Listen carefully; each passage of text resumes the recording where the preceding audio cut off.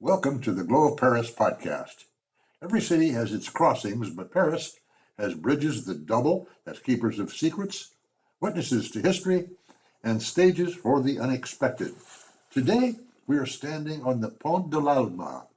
It might look like just another elegant steel girder bridge offering a stunning view of the nearby Eiffel Tower. But this spot is a strange, beautiful convergence point. It is a monument to imperial French victories, an unofficial Parisian weather station, a symbol of Franco-American friendship, and the site of one of the most shocking tragedies of the 20th century. To understand the Pont de l'Alma, you have to peel back the layers of time, starting with an emperor who wanted to leave his mark on the stone of Paris.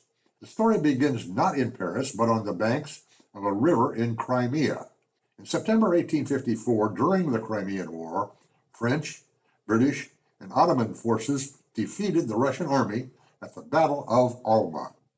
It was a victory that Emperor Napoleon III wanted to commemorate in stone, right in the heart of his capital. So between 1854 and 1856, a grand new bridge rose over the Seine.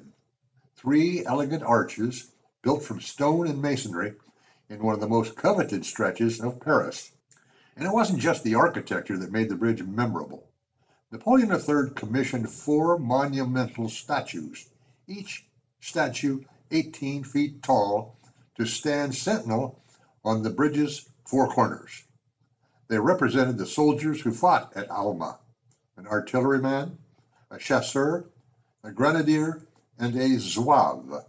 The zouaves were extraordinary fighters, elite infantry units originally drawn from the Berber tribes in the mountains of Algeria. Their uniforms alone made them unmistakable: short, open jackets, baggy trousers, a sash around the waist, and an Oriental-style fez. Napoleon III honored them specifically because they had distinguished themselves at Alma with almost reckless bravery. No one knew then that one of these four statues would become one of the most beloved figures in all of Paris. His name, simply the Zouave. Sculpted in 1856 by George Diebold, he stands with his rifle and his baggy trousers gazing calmly over the Seine. And now, for more than a century, Parisians have looked to him not for military glory, but for something far more urgent: to know whether to be afraid of the river. The Seine floods. It always has. And long before electronic sensors and official hydrological alerts, Parisians had a simpler system. They looked to the Zouave. Water at his feet, closed the walkways at the riverside. Water at his thighs, river navigation stops. Water at his shoulders, catastrophe.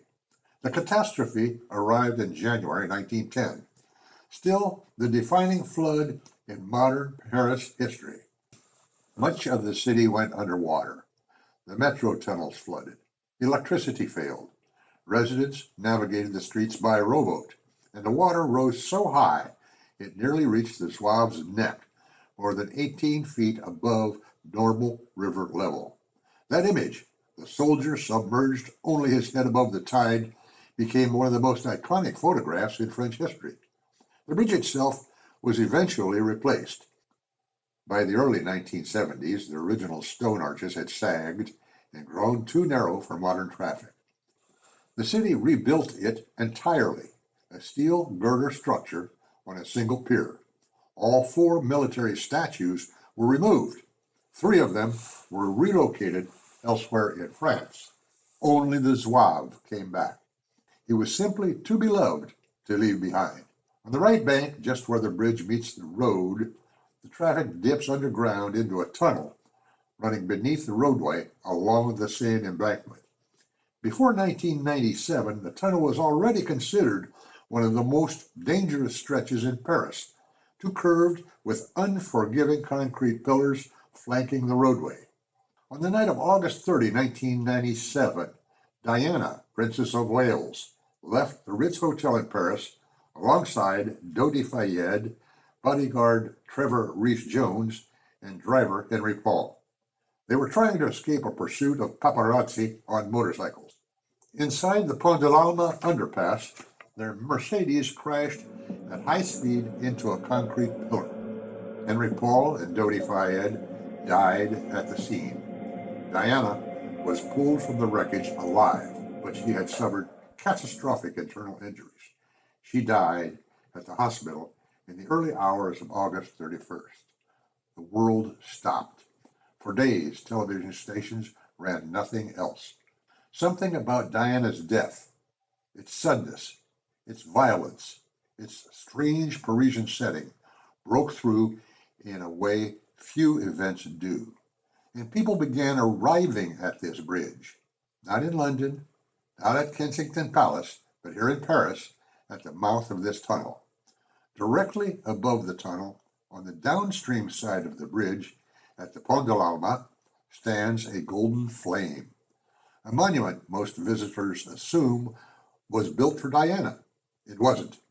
The Flame of Liberty, La Flamme de la Liberté, is a full-scale gilded replica of the torch held by the Statue of Liberty.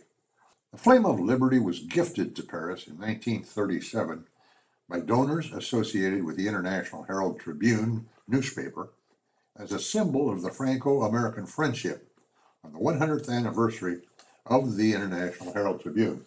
It had been there for a decade before Diana ever set foot in the city that final night. But after the crash, mourners found it, this golden flame glowing above the exact spot where she died. And they covered it in flowers and photographs and handwritten letters. They came back the next day, and the next day after that, and they never really stopped coming.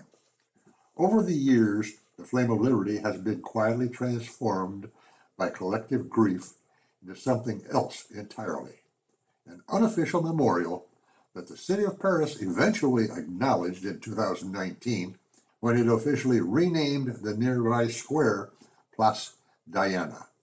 The flame still burns. It was never meant for her, but somehow it fits. The Pont de l'Alma nighttime lighting is unlike any other in Paris. During the day, the lamps appear modern and almost ordinary, but at night they transform.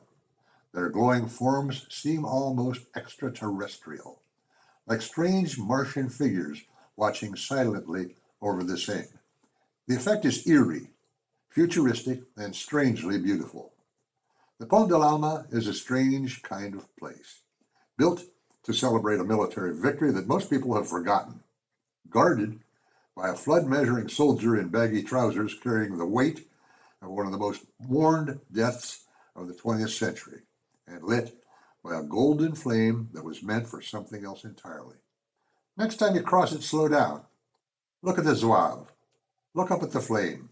Think about what it takes for a bridge to become a witness. As we continue exploring the bridges of Paris, we will discover that each one, no matter how simple, carries its own story. Thank you for joining me on the Glow of Paris podcast. This is Gary Zerker saying, see you next time and a bientôt.